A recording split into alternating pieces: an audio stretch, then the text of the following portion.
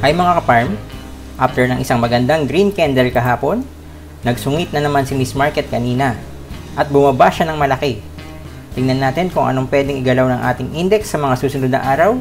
Check na din natin ang ating top 5 picks para bukas. Tara guys, mag-chart na tayo. This is Farm Boss and welcome to my YouTube channel.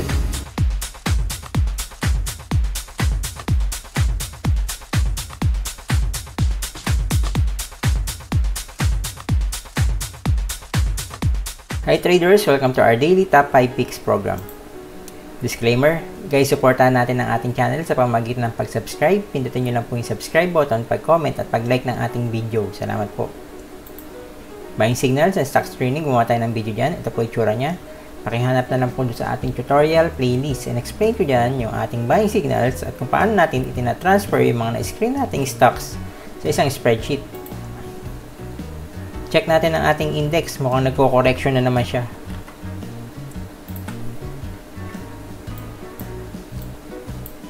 So, saalitan na naman yung kanyang malalaking candle. Ang na-experience natin dati, dito sa part na to, so, saalitan yung mga red candle niya, green. So, mukhang ito na naman yung ginagawa niya. Pero mas malalaki yung candle ngayon. So, kung makikita nyo dito, so, bumaba si Miss Market dito sa part na to and dito din. After nyan, kumuha na siya ng ganito.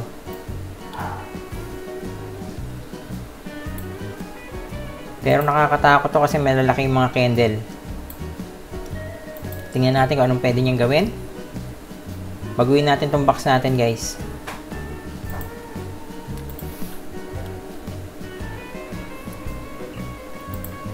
Delete na natin yan. Tapos meron siyang box dito.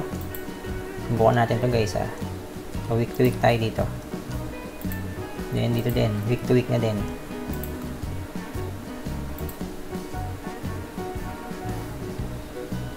Nauntog si Miss Market sa 7,000 level. So tingnan natin to kung ito na yung kanyang range.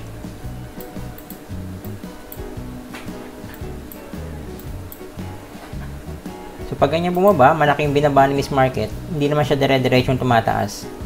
So, gagawa siya ng structure uli habang tumataas. So, pwedeng isang ganyan, isang scenario, pwedeng mag-breakdown si Miss Market dito sa box na to. And, titingnan natin support itong 66.90 level. So, dito. So, yan yung mga babantayan natin. Titingnan natin kasi baka mag-spaghetti pa tong MAs niya. Parang ganito din yung nangyari dati. So, meron siyang pagtaas dito. Kasi yung tumaas na yung MA20 niya. So, ito tumataas yung MA20 niya. Tapos, nag-cross na yung MA50 tsaka MA100. So, ang nangyari, bumaba yung price niya. So, nag-spaghetti muna yung ating index. So, tingnan natin kung ganyan yung gagawin niya. Tumaas siya, nag-OTS. Ito, nag-OTS na siya dito. Ito yung MA20, MA50, tsaka MA100. Magkakalinya na sila. Kaso nga lang nangyari, bumaba yung price. So, ito, magkakalinya na sila ngayon. Bumaba yung price, tapos nag-spaghetti dito. Tingnan natin kung ito yung gagawin niya uli. Dito sa part na to. Pero sana wag na kasi gumaganda na yung takbo ni Miss Market. Pero kung mangyayari yun, wala tayong magagawa. Kailangan natin mag-adapt na lang doon sa galaw niya. So ngayon, iniisip natin magre-range si Miss Market. So small allocation lang muna tayo kasi pangit pa nga yung galaw. And range trade yung hinahanap natin, range trade. Palagi tayong TP, kunyari nag-set tayo dito ng TP dito sa taas ng box, kailangan natin mag-TP dyan kahit 50% or 25% ng ating allocation. So yun, mga kailangan natin. Or kung gusto nyo 100%, okay lang din kasi yun nga, sketchy pa din yung galaw ni Miss Market. So yan guys, market leaders, range trade, Yung mga swings natin, yung mga bounce, yung mga BO, yung mga breakout naman, yun yung gagamitin natin panghanap ng mga bagong market leader. Okay guys, yan. Yan yung ating index. So, ingat-ingat. Pag ganito yung galaw ni Mas Market, medyo mahirap mag-trade. Check na natin yung ating breakout kanina, si Converge. Natuloy din. Kahapon, kala natin nag-breakout na to si Converge eh. Pero ngayon, ito, nag-breakout na nga siya dun sa unang tranche natin. Check natin si Converge.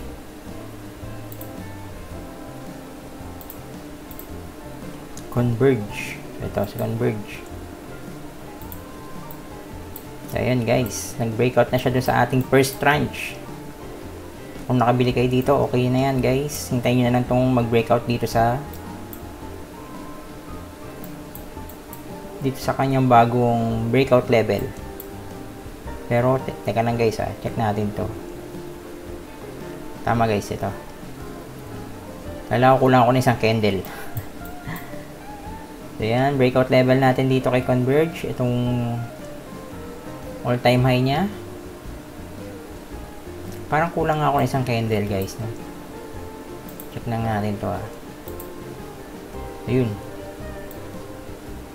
ito na pala, naka weekly pala yun.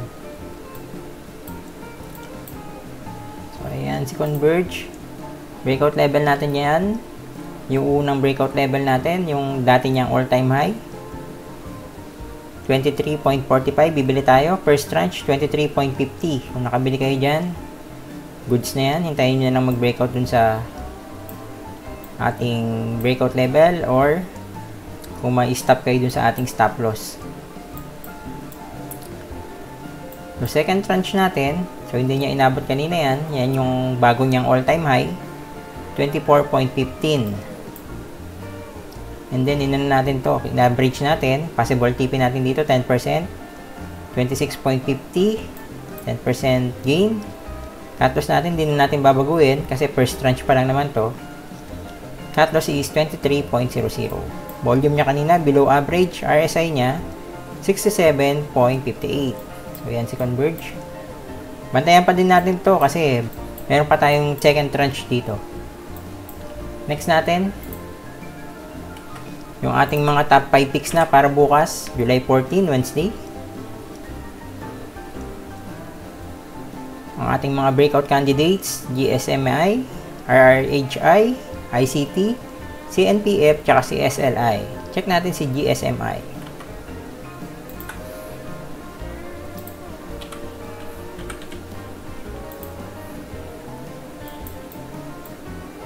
Market leader din natin to si GSMI. Malaki na yung tinaas niya mula dito sa breakout niya dito. Tsaka kung nag-breakout pa siya dito. Mid-cap siya. So, gawa natin ng boxy, GSMI.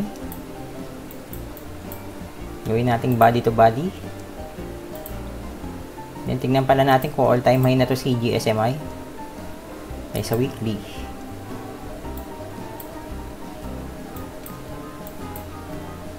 GSMI. So, mukhang all-time high na to si GSMI. All-time high play na natin to.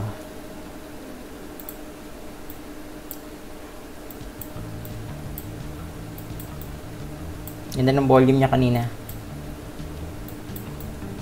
Breakout level natin dito, 100. Bibili tayo after niya mag-breakout.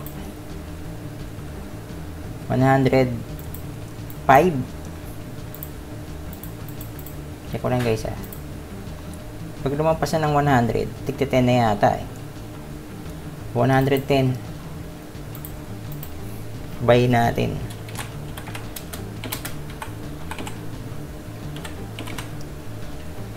Since wala na tong resistance kasi all-time high siya, kukuhain natin yung ating 10% gain, initial TP, dun sa ating trade plan calculator. Itong trade plan calculator natin, meron tayong tutorial nito. Pakihanap na lang dun sa ating tutorial playlist. So, si GSMI. Natin kung meron tayong GSMI dito. So, ito meron na. Matagal na natin binabantayan to sa GSMI, 77.05 pa. So, dito. Ito yung huling play natin dito. Pero alam ko, mula pa nung bago tumaas yung index natin, binabantayan na natin siya around here. Kung dito ko nakakuha, yung huling nandun sa ating trade plan calculator, around 30% gain na yan. No? Kung hindi ka nagbebenta.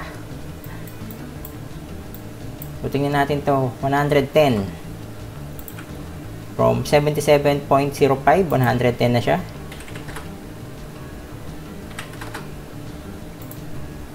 So, ang ating 10%, TP1, 122.50.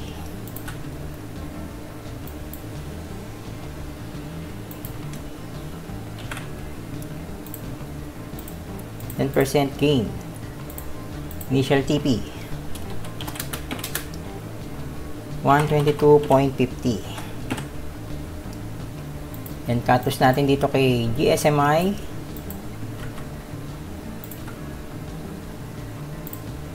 106.60.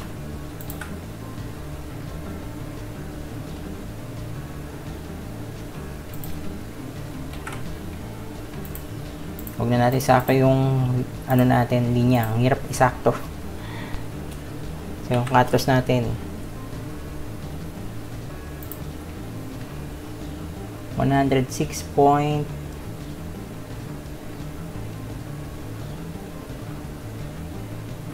Ay guys, mali pala to. Baguhin natin. Ito pala, 100.10.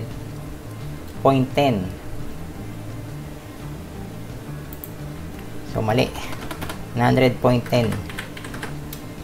Kaya pala yung cut loss natin mas mataas pa dun sa breakout level. So, 110.10. 100.10. So, ang TP1 natin, 111.50. 111.50. Adjust na lang natin to.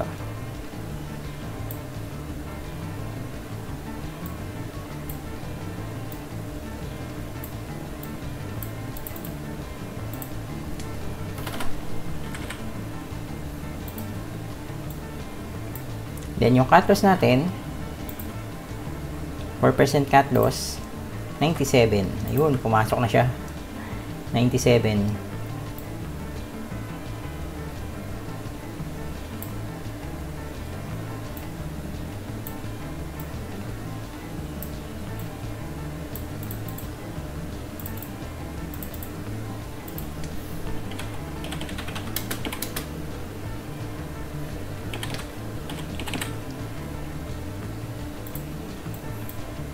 Volume ni GSMI kanina, above average. Ganda ng volume niya.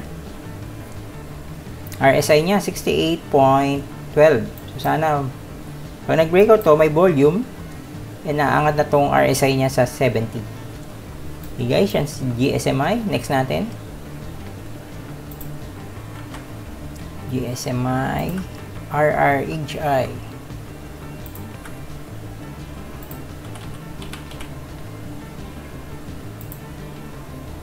Palagi natin nakikita, pero hindi natin pinapansin.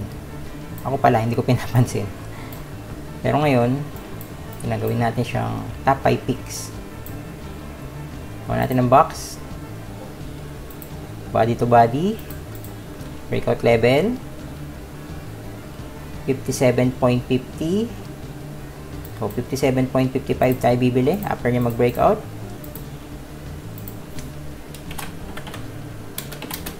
57.55.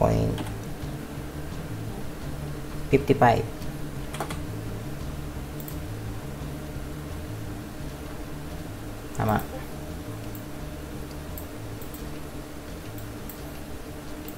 Possible TP natin. So, meron tayong mga resistance dito guys. Medyo madami to. Kasi mukhang paangat pa lang to si RRHI. Kasi yung kanyang RSI, kaka-cross pa lang nung MA20 sa MA100. Pero above all MAs na naman to si RRHI. Kaya, medyo pwede na. Trying to uptrend na din siya.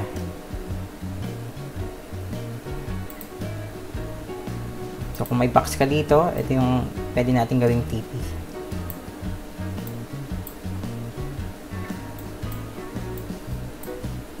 Then pwede din dito guys itong ilalim na to.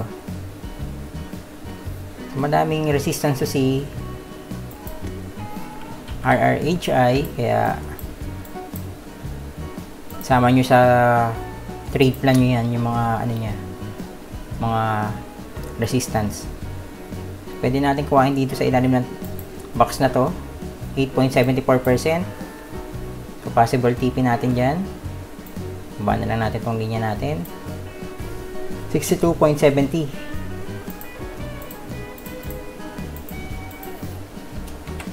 Initial TP din, 62.70.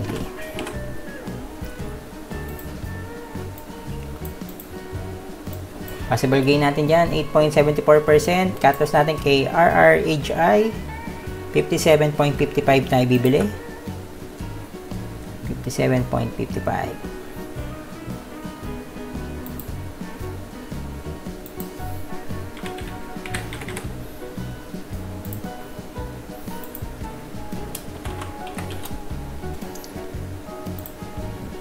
$55.75.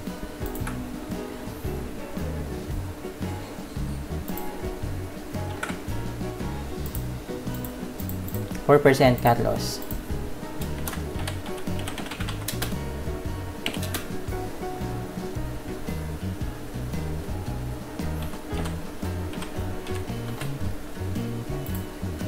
Volume kanina ni RRHI below average, RSI niya 64.62. So pag nag-breakout to, hindi siya lalampas sa 70 level ng RSI, kaya small allocation pa din tayo dito. So lahat pala ng trades natin ngayon guys, small allocation lang muna kasi hindi maganda yung galaw ng ating index. So yan si RRHI. Next natin si ICT. So si ICT naman,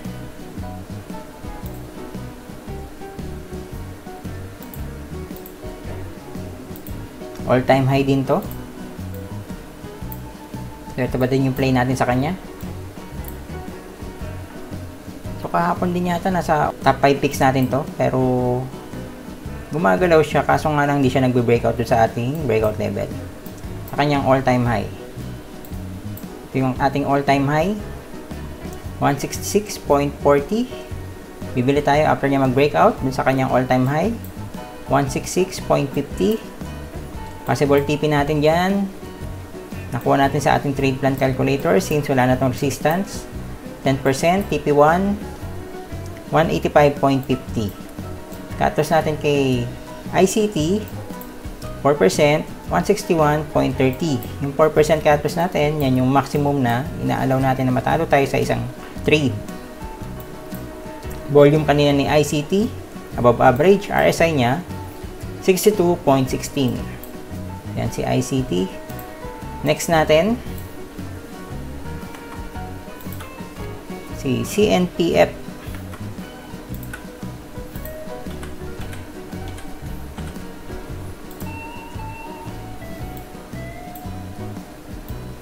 CNPF naman nasa kanyang breakout level na. Gawa natin ng box. So, nakuha din natin ito dito sa box na to. Tapos meron pa tayong Farmbo swing box dito. And then nakuha din natin siya dito sa ilalim. Makikita niyo siya. Ito. Adjust lang siya ng konti. Ayan. So, yan. Medyo madami-dami na din tayong play dito kay CNPF. Baguhin na natin yan. Gawa natin siya ng bagong box. Breakout level natin dito, 24.50. Bibili tayo after niya mag-breakout, 24.55.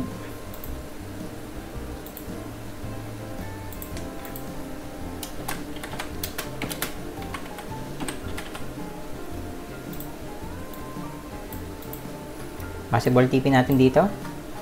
Tingnan natin kung all-time high na din to si NPF. So, all time high na din to. So mangyayari dito guys, pwede tayong magdalawang buy din.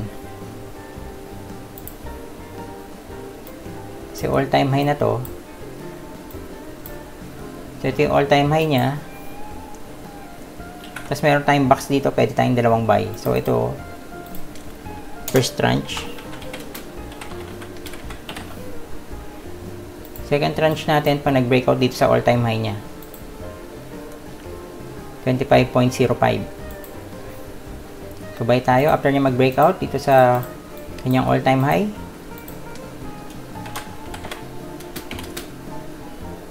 $25.10. Second tranche. Kung i-average natin itong dalawang to, sabihin natin 24.80. Try lang natin to guys, 24.80. So hula lang yan guys hindi ko na kinompute para lang meron tayong reference. So 24.80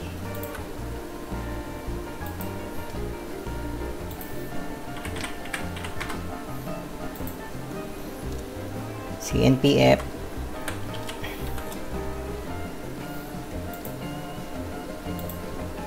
so ang ating TP1 or initial TP 27.60.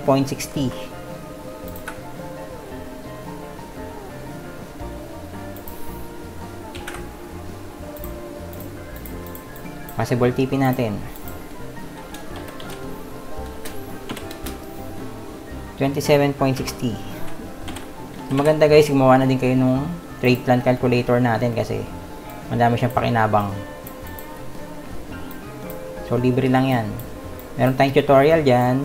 Hanapin nyo lang doon sa ating tutorial playlist. Tapos ang ating cut loss dito, kukain uli natin sa ating trade plan calculator. CNPF, 4% cut loss, 24.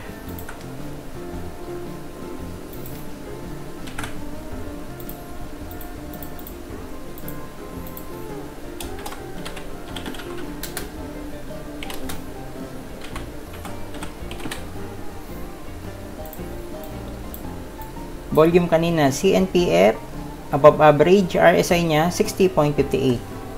So, bantayan natin si CNPF, all-time high. Next natin, and yung last, si SLI. So, itong si SLI, Farm Boss Swing Box gagamitin natin dito.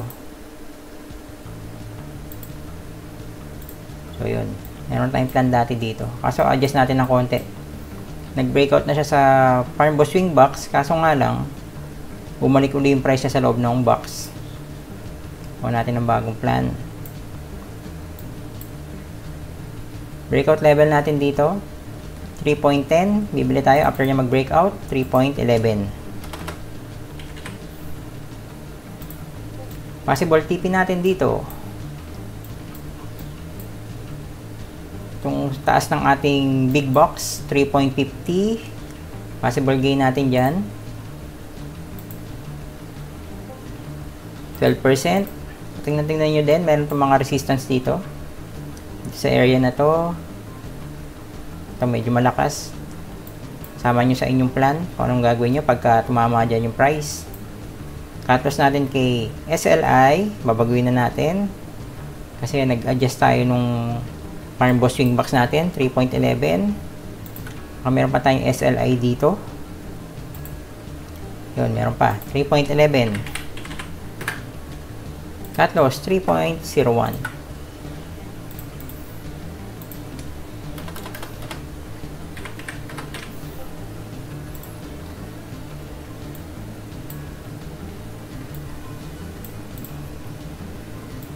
Volume ni SLI kanina. Kasi SLI guys, red candle siya, pero walang nangyari doon sa price niya kanina.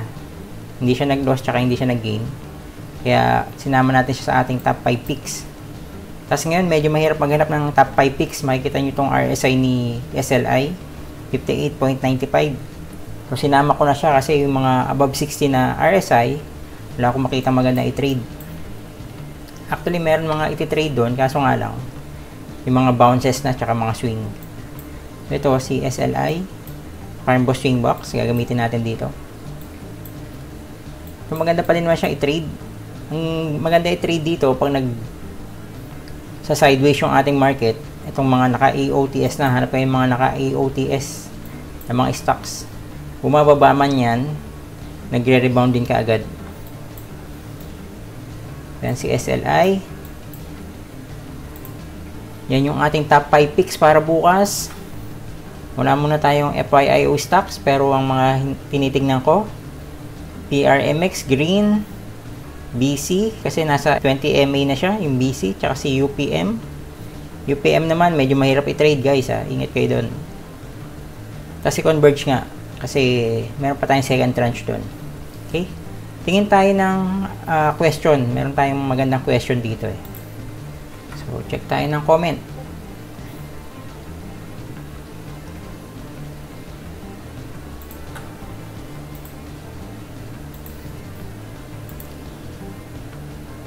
Hanap tayo dito guys. Ito.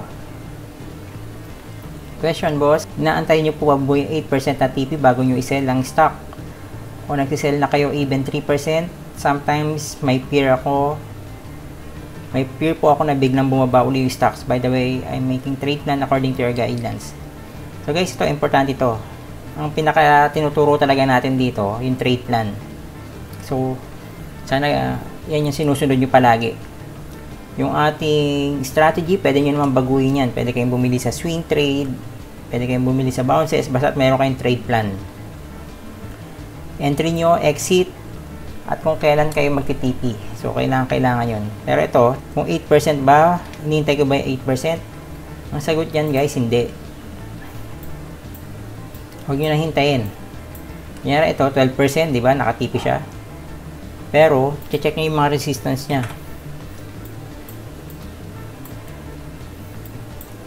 Kapag nag-TP ako, kunyari ito, tumaas na to.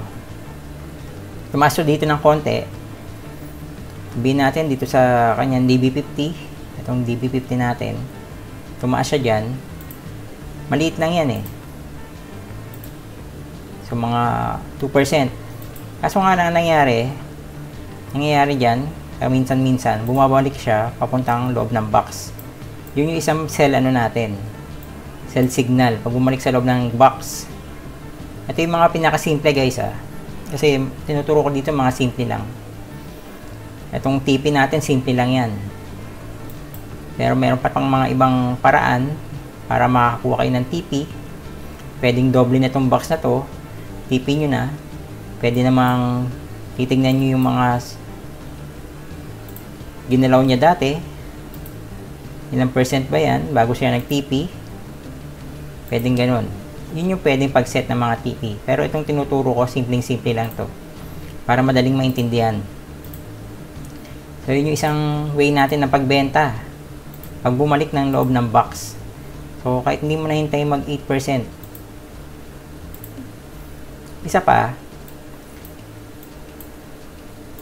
pag tumama nga dito sa resistance na to, tapos bumaba siya, o kaya nag-consolidate ng ganyan,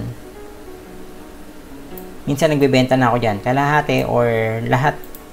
Depende dun sa sitwasyon nung intraday niya. Pwede kayo tumingin sa intraday. Tsaka dun sa bid and ask. Ito. Kung medyo diskumpiyado na kayo, malalaki yung ask. Dito sa ask side, minsan nagbebenta na ako dyan. Tinitingnan din natin yan. Pero ang pinakasimple na pwede nyong gawin, kunyari tumaas yung price, sabihin natin dito sa resistance na to, tumaas yung price na dyan, na wala pang 8% yan guys, di ba? So na nga, ayan, kunyari 7%. Tumaas siya dyan, dyan na yung peak nung candle, umabot, tapos bumaba siya ng 4%.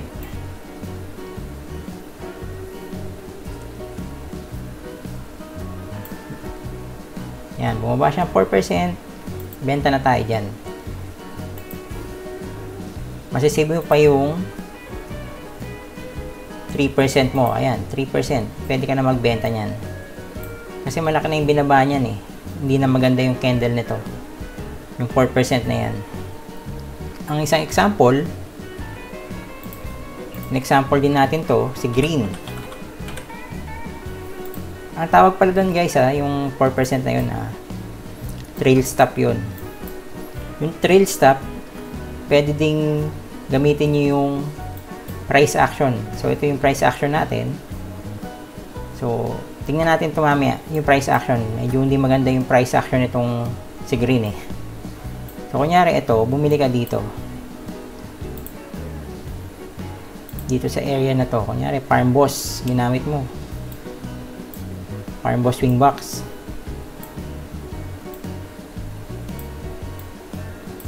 Tapos nag-TP ka dito sa big box ng konti.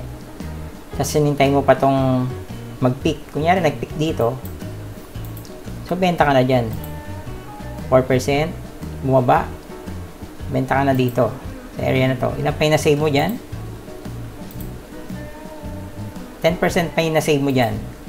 Pero kung hindi ka nag-trail stop, kagaya ng tinuro natin, ilan percent yung bababa pa dyan? So, 19%. Yung mga kinita mo dito na ubos. So, kaya tayo nag-trail stop. Okay, hinayang magbenta kasi may lalabas pa naman uling ito, nagbenta ka dito, tapos tumaas. May lalabas pa uli na setup dyan eh. Na pwede kang bumili uli. Hintayin mo lang. So, kasi minsan napopomo talaga tayo. Natatakot tayong ma-miss out yung mga galaw ng stocks. Pero, dapat isipin natin na may lalabas at lalabas na setup. Kahit magbenta kayo, makakabili uli kayo. Pero pag ganito, hindi nyo na mahabol to. Malaking dagok sa psychology niyo itong ganitong kataas na decline. Kung hindi ka naglagay ng trail stop na 4%. So, ito yung tinuturo natin pinakasimple. 4% na pagbaba. Ganon din sa cut loss, 4%. Para ma-save nyo din yung capital nyo, tsaka yung, kung meron kayong gain, ma-save nyo pa yung konti. Usually, yun nga yung pinakamadali. Pero ang ginagawa ko din, dito nga din, tumitingin din ako dito. And then, kung, kunyari dito, kung nagbenta ako dito sa taas, kasi nakikita ko dito sa as side na madami nagbebenta, nagbenta ako dito, tapos naubos yung as side, pwede ka naman magbili ulit pagka breakout, di ba? Palagi may opportunity dyan, guys. Okay, huwag nyo palagi iisipin na hindi kayo makakasakay, hindi kayo masasayang yung gains kung magbibenta ka, kasi sayang din yung pera mo pagka bumaba pa siya ng kagaya nito. So, ingat pa din natin. Unang iisipin natin yung capital natin kaysa sa gain. Yung gain, paunti-unting gain. Tapos mako-compound siya. Malaking factor yun ng pag-increase ng inyong portfolio. Huwag tayo masyadong umasa dun sa mga biglang 20%, 30%, ceiling, small gain, okay na yun. Okay, sana nasagot ko yung question ni Ma'am Julie Bob. Yung ibang question, save na lang natin some other time kasi medyo 35 minutes na tong video natin. So, yun. Yung mga ibang questions, susunod na lang. Okay guys, doon na tayo sa ating quote. So, good luck bukas. Sana tumaas si index. Have patience with all things. But first of all, with yourself. Sabi ni Saint Francis de Sales. So, ayan guys. Meron tayong mga moves na hindi magaganda. Minsan-minsan dito sa ating trading. Especially yung mga newbie. Medyo prone pa talaga tayo sa FOMO. Pinagdaanan natin lahat yan. Kaya, huwag nyo masyadong sisihin yung sarili nyo. Kailangan lang dun sa mga pagkakamali natin, meron tayong nakukuha mga lessons. Okay guys? Huwag nyo masyadong sisihin yung sarili nyo. Salamat sa panonood. Please subscribe to our channel, like and comment. Pakipindot na din yung bell sa ilalim para ma-notify kayo pag may bago akong video na inilabas. Supportan po natin ang ating channel. Good luck sa atin bukas and God bless.